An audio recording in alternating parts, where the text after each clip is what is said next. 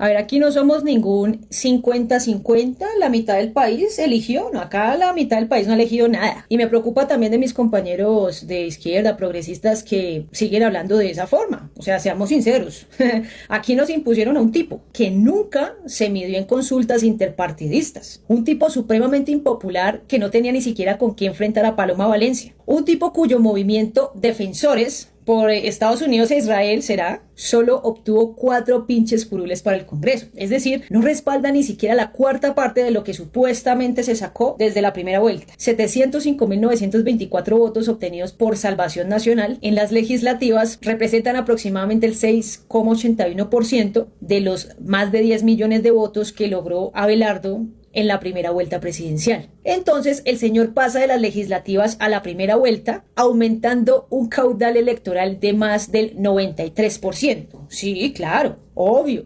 Gustavo Petro, el primer presidente progresista de Colombia, tuvo que luchar durante 40 años para construir el caudal electoral que le dio la presidencia. ¿Sabe por qué? Porque es la derecha la que le ha hecho creer a usted que en Colombia existe democracia plena en un proceso electoral, cuando toda la vida pues han robado presidencias, han manipulado resultados a su antojo y por eso es que siempre terminan quedando los mismos de siempre. Y antes de que me diga, ¡ay! ¿Y entonces cómo ganó Petro hace 4 años?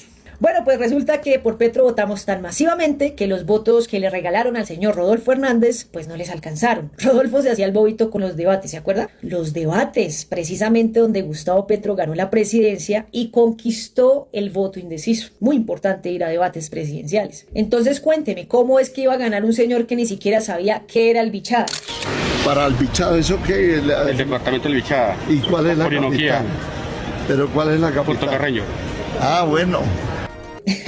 Por favor, simplemente no les alcanzaron los votos que le pusieron a Rodolfo Hernández. Y lo digo de esta forma porque no es la izquierda la que coordina la logística de las elecciones, es la derecha colombiana. Le voy a decir por qué nos hicieron creer que un paramilitar estadounidense, fascista, vendepatria y títere del sionismo podía ser presidente. Estoy hablando del mismo tipo que pronto podría desatar una guerra civil en Colombia por todas las decisiones antipatriotas y progringas que empezaría a tomar, o más bien de las órdenes que empezará a seguir por parte de los del norte.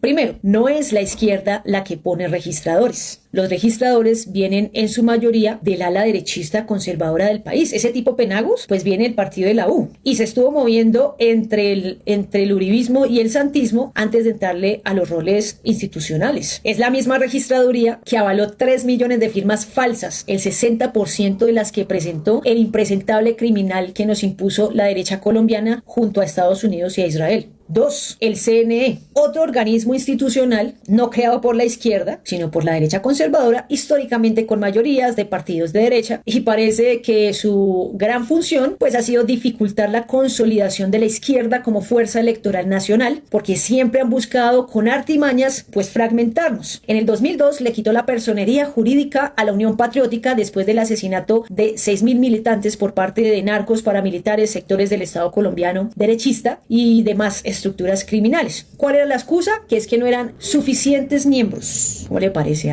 En el 2018 negó la personería jurídica a la Colombia humana, hasta que después de un proceso, la Corte Constitucional ordenó reconocerla. El CNE impidió que Iván Cepeda participara de la consulta interpartidista. ¿Por qué? Pues porque se le dio la gana. Pues el mismo CNE también torpedeó la campaña de Petro por supuestos topes, cuando la derecha siempre nos ha triplicado en gastos de campaña. Todo esto simplemente para afectar la conformación del partido único del pacto histórico. Y un sujeto del CNE impresentable como Álvaro Hernán Prada, en juicio y a punto de ir a la cárcel, es el encargado de vigilar los escrutinios en Colombia. Y lo peor es que fue Iván Cepeda quien lo denunció. A Hernán Prada, de parte del expresidente y senador para ese momento, Álvaro Uribe Vélez, el 20 de febrero lo habían buscado para que por su intermedio consiguiera que Monsalve grabar un video retractándose de las declaraciones que ha venido realizando en los procesos que se adelantan contra Álvaro Uribe Vélez y su hermano Santiago. Según las conversaciones en chats y videos en manos de la corte, Monsalve no accedió a grabar ni firmar ninguna carta, advirtiendo que no estaba dispuesto a cometer el delito de falso testimonio. Prada, quien es el ponente en el Consejo Nacional Electoral en las investigaciones contra la campaña presidencial de Petro, había renunciado al fuero de congresista en 2021 para ir a la justicia ordinaria como Uribe, pero le fue negada la pretensión. Solicitar los antecedentes que registre. El juicio contra Prada, que comenzó en mayo del año pasado, en donde ya se decretaron pruebas legalmente recaudadas, continúa bajo estudio y a la espera de la decisión final que que adopte el alto tribunal. Entonces yo me pregunto, a ver, ¿será que este delincuente de Prada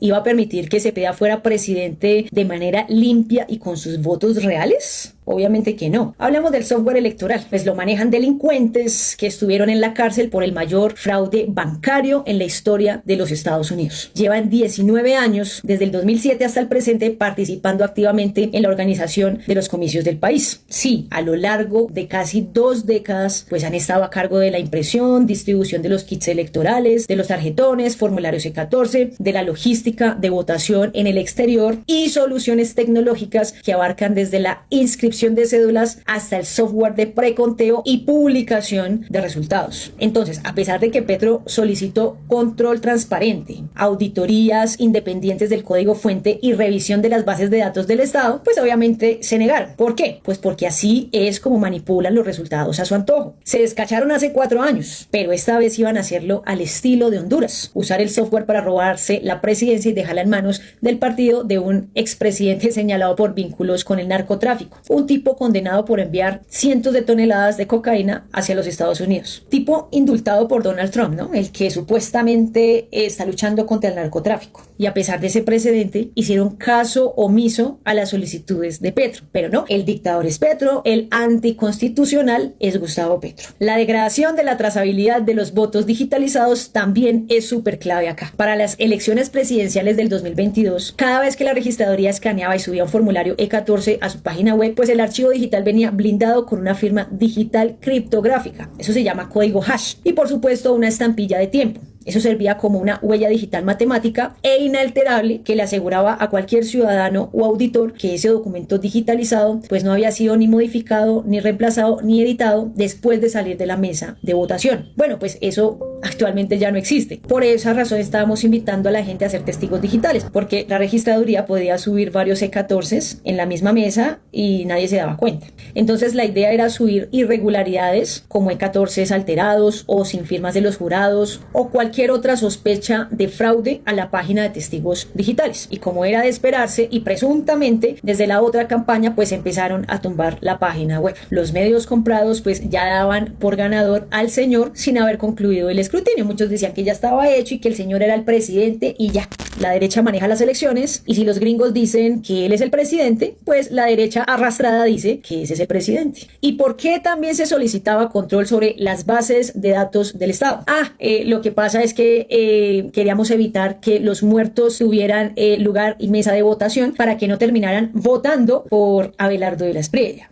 No sabía que esa gente también la contaban para alimentar la narrativa de que ellos son la mitad del país más 260,000 votos. Pues sí, a ellos también los cuentan. También sucedió que a personas que casualmente salían a votar por la izquierda, sí, porque es que muchos alguna vez fuimos testigos electorales por el pacto, pues era muy fácil conocer las afinidades de algunos ciudadanos, ¿no? Entonces algunos de ellos les cambiaban a última hora misteriosamente el lugar de votación o simplemente les decían que es que no, ya aparecía su firma, su huella, quién sabe de dónde, y pues ya había votado. ¿Cómo le parece? ¿De qué otra forma nos hacen creer que ellos son la mayoría del país?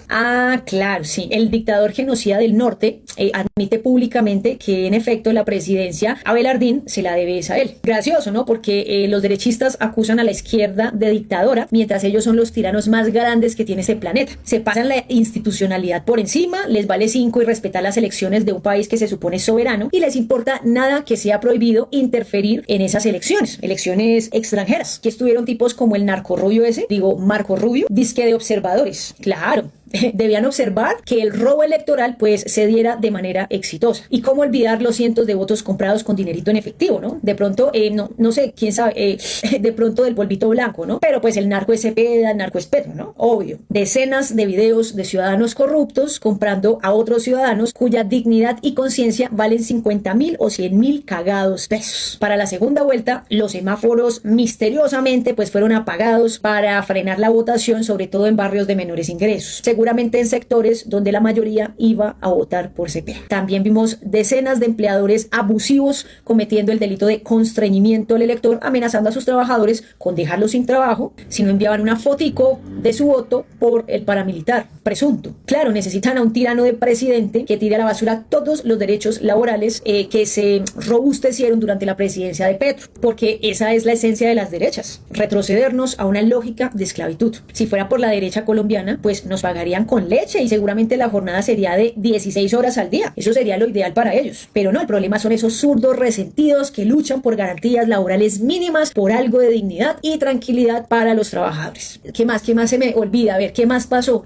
para que esta gente pusieran a ese tipo? A ver, ay sí, los E14. Bueno, pues aquí se resaltan dos aspectos fundamentales. El primero, no es solamente el tema de los tachones asquerosos, donde no solamente le agregaban al mafioso 100 o incluso 1000 votos en una sola mesa, sino que al mismo tiempo esos votos también se los borraban a Iván Cepeda. No pasaban todas las mesas, pero sí en muchas. Imagínense entonces cómo inflaron a ese tipo y cuántos votos no nos habrán robado a nosotros. En otras palabras, nosotros no somos 12 milloncitos y algo. Nuestros votos pueden redondear más o menos por ahí unos 14 millones de votos, le pongo yo. Y ellos de gente real, no de votos ficticios o de gente muerta o de todos los votos que le regala ese software, serán por ahí unos 6 millones de hijos. Digo, de inocentes, de incautos y eso. Digo, si su triunfo fue tan evidente y tan transparente, ¿por qué le temen tanto al escrutinio, a la trazabilidad, a la transparencia electoral, a que el software tenga una auditoría independiente? Sí, recuerden que los abogados de escrutinio tuvieron que esperar varias horas antes de poder entrar a hacer observación e impugnación. Eso pasó en Corferias en Bogotá y también pasó en Medellín. ¿Por qué no permiten escrutinio en el exterior, por ejemplo? ¿Quién sabe, no? También estaban los bots. Todos diciendo la misma mierda, una cosa exagerada. Usted entraba a ver esos perfiles y no tenían publicaciones y por ahí lo seguían, tenía 2 seguidores y seguramente eran otros 2 bots. Todo eso para dar la apariencia de un apoyo masivo por el tigre. También está en la mesa el tema del software israelí Black Core. En una investigación reciente se dice que hay un software especializado en destruir la reputación de líderes de izquierda. Lo han usado presuntamente en varias elecciones alrededor del mundo y seguramente Latinoamérica pues no es la excepción. Aquí tenemos un videíto de lo que sí son bodegas para ayudar a la campaña de los narcotraficantes. Tanto que nos llaman a nosotros bodegas, pero por lo menos nosotros somos ciudadanos que tenemos iniciativa utilizando nuestras redes sociales y no nos escondemos detrás de una pantalla con un montón de perfiles nada que verientos, inundando de noticias falsas y diciendo la misma tontería por todos lados. Hablemos de la cereza del pastel. ¿Cuánto se demoran los jurados en entregar las actas a los funcionarios de la registraduría versus el primer boletín y el preconteo final que recibimos? Lo digo porque yo he sido también jurado de votación. Yo sé más o menos cuánto nos demoramos en el proceso. Desde las 4 de la tarde, que se cierra todo, hasta entregarle los oficios y el material a la registraduría. No nos demoramos ni 1 minuto ni 2 minutos. Lo primero es que destruimos el material y hacemos el conteo de los votantes. Se nos va más o menos unos 5 a 10 minutos. 2. La apertura de la urna y nivelación de votos. Se nos van unos 10 minutos. La clasificación y el conteo del voto se nos va más o menos unos 10 minutos. El diligenciamiento de las 3 copias de los formularios más o menos se nos van de 10 a 15 minutos. Sí, porque todo lo que queda en blanco pues también hay que rellenarlo. Muchos hicieron punticos y dejaron en blanco y pues era muy fácil inflar al señor, ¿no? Por eso la registraduría decía que no, nada de asteriscos, nada de eso, ¿no? Déjenme ahí el espacio para que con eso, si desde la registraduría necesitamos inflar al señor, entonces lo podemos hacer con más facilidad. Y por último, la lectura para el preconteo y la introducción de todo en las bolsas selladas, más o menos unos 10 minuticos, todo se nos va más o menos unos 40 minutos. Ah, pero el primer boletín sale a los 10 minutos o menos, más o menos de los primeros 7 a 10 minutos nos presentan el primer boletín. ¿Cómo? No tengo ni idea, pero nos dieron el primer boletín antes de las 4:10 de la tarde. A los 45 minutos, pues resulta que ya nos habían comunicado el 50% de las mesas más o menos. A eso de las 5 pasadas ya habían informado el 80% y después se tomaron un montón de tiempo para transmitir el 20% para luego misteriosamente decir que es que no. Que es que quedamos 49,65% y 48,7%. Claro, sí.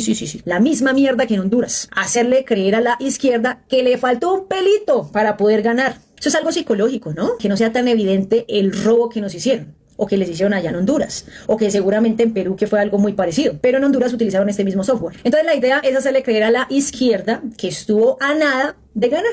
que solamente fue por unos cientos poquitos de votos. ¿Usted sabe para qué era la constituyente? Ojo, promovida por Petro, no por Cepeda. Cepeda se opuso a esa idea 2 años atrás, pero pues la usaron en su contra porque ustedes saben cómo funciona la derecha, con puras mentiras. La constituyente que promovía Petro era precisamente para robustecer la transparencia del proceso electoral. Eso obviamente pues no le convenía para nada a Washington, a Israel y mucho menos a la derecha colombiana, porque ellos no pueden ganar nada si no es con trampa. Entonces, ¿qué fue lo que hicieron? No, pues satanizar, que es que este tipo se quería saltar la constitución, que es que tocaba salvar la democracia del país y no sé qué más. Y por las redes sociales pues empezaron a difundir un video de Chávez diciendo que es que no, que es que él hablaba de la constituyente y que es que este guerrillero quería hacer lo mismo que Chávez, que era quedarse en el poder y bla, bla, bla, bla. Ustedes se saben ese cuento. Claro, pues es que toca usar uno de los cocos de los adultos que poco o nada saben de la política para manipularlos y hacerle creer otra cosa. El coco de Venezuela, el coco de Cuba, el coco del socialismo, del comunismo, y los manejan así, con un dedito. ¿Para qué más era esa constituyente? Pues porque por medio del Congreso, mayoritariamente de derecha, y ya sabemos cómo suben ellos, ¿no? Comprando boticos al 100, a lo que marca. Pues ellos mismos son los que no pasaron la reforma y la hundieron. ¿Y qué era esa reforma? Pues quitarles la administración de los dineros públicos a las criminales EPS y pasarlas a una entidad pública y saber exactamente qué es lo que se hace con esos dineros. Obvio que los congresistas financiados por esas mismas EPS pues iban a sabotearla y a hundirla. Como Carolina Corcho fue la que más le puso el pecho a esa reforma en un principio, pues empezaron a culparla de que lo que las EPS venían haciendo al año de haberse fundado, eso fue empezando en los 90, pues era culpa de ella, ¿no? De la doctora de la muerte, ¿no? La derecha es una cochinada, bueno, de verdad. Ese primer colapso de las EPS pues fue precisamente durante el gobierno de Andrés Pastrana, entre el 98 y el 2002, cuando ese modelo pues empezó a sufrir el primer colapso financiero y operativo, demostrando la falla de las EPS en la administración de los recursos públicos de la salud de los colombianos. Lo mismo pasa con las pensiones. El robo, la estafa más gigantesca que puede existir en el mundo se llaman fondos privados de pensiones. Esta chica que tanto las defiende, pues dice que Colpensiones es una pirámide.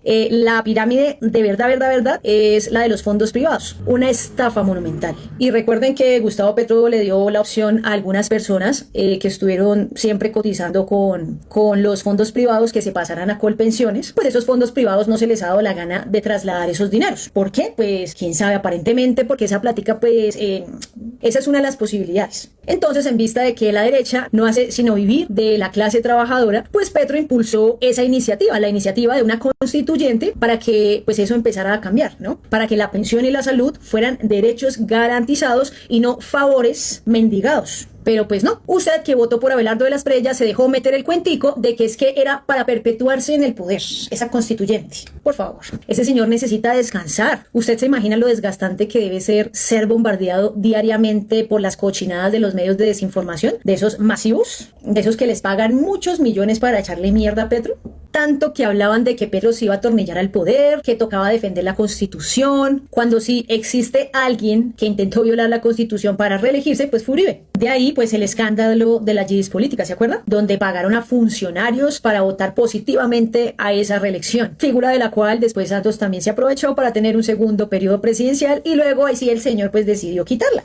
También les recuerdo que si hoy en Colombia tenemos una constitución que medio nos ha dado algo de democracia, no fue por la derecha, fue por presión de sectores alternativos y corrientes de izquierda que promovieron su inclusión, ¿no? Eso obligó a las élites tradicionales a ceder parte de su monopolio histórico para dar paso a una democracia más participativa, más inclusiva. Así que no vengan con huevonaditas de que es que la izquierda se quiere perpetuar, es que la izquierda quiere violar la constitución. Los únicos que se han pasado por la faja la constitución, pues es la derecha colombiana, son ellos. No sean tan cínicos. Tanto que decían que Petro era un tirano, un dictador, pues él no hizo nada de lo que la derecha colombiana dijo que él iba a hacer. Petro no hizo nada de lo que hicieron en Venezuela. No pasó nada de lo que anunciaron que iba a suceder. En este momento somos la cuarta mejor economía del continente. Tenemos un dólar supremamente bajito. Pasamos de tener la inflación del 13% al 5% más o menos. En contraste a la Argentina de Milei, ¿no? Que está en los últimos lugares. Y este sujeto, que nos lo pusieron los narcotraficantes, pues planea hacer lo mismo que hace ese psicópata allá, que es rematar el país, una especie de colonización por parte de los peores sujetos que ha parido este planeta.